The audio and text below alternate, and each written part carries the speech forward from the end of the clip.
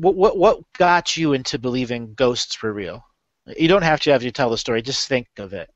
And everyone that's out there, if you've ever, what made you think ghosts were real? Whether you've seen them or not, you believe that they're real. And until you believe and you see, you have a belief system that you reinforce each day and reinforce each day.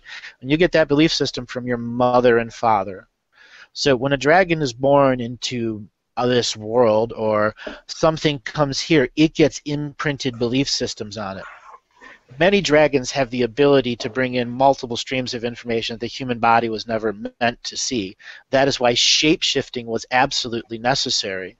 And we look at different images of dragons, and some have unique features. Some are reptilian, but they're not draconian. It's very different. These are elemental beings, and these residual images go back to the primal concept of the planet when it was creating endothermic beings, mammals and reptiles, to begin the very beginning process of what is light and dark in the belief system of the planet that was going to be inviting billions and trillions of beings to come and invest in skin suits from flowers and plants, human beings and rats and mice and dinosaurs and all this other stuff over many generations and epochs. And there would be epochs where everything would die, and everything would have to come in and figure out what skin suit it was going to go back into.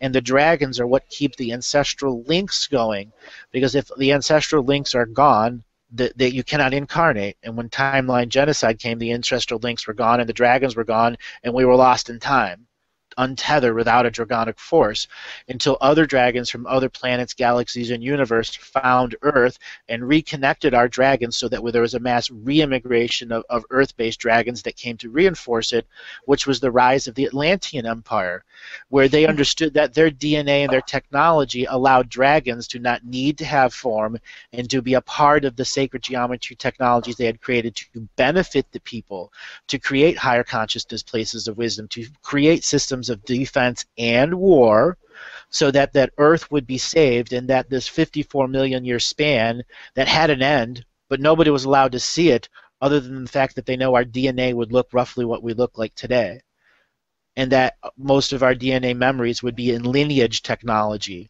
And lineage technology means that once it's here in this body and Earth has shared a record. And every time you reincarnate into this lineage that happens to stay alive through mothers, fathers, daughters, sisters, brothers, and so on and so forth, spanning many millions of years, that particular lineage has a whole lot of information.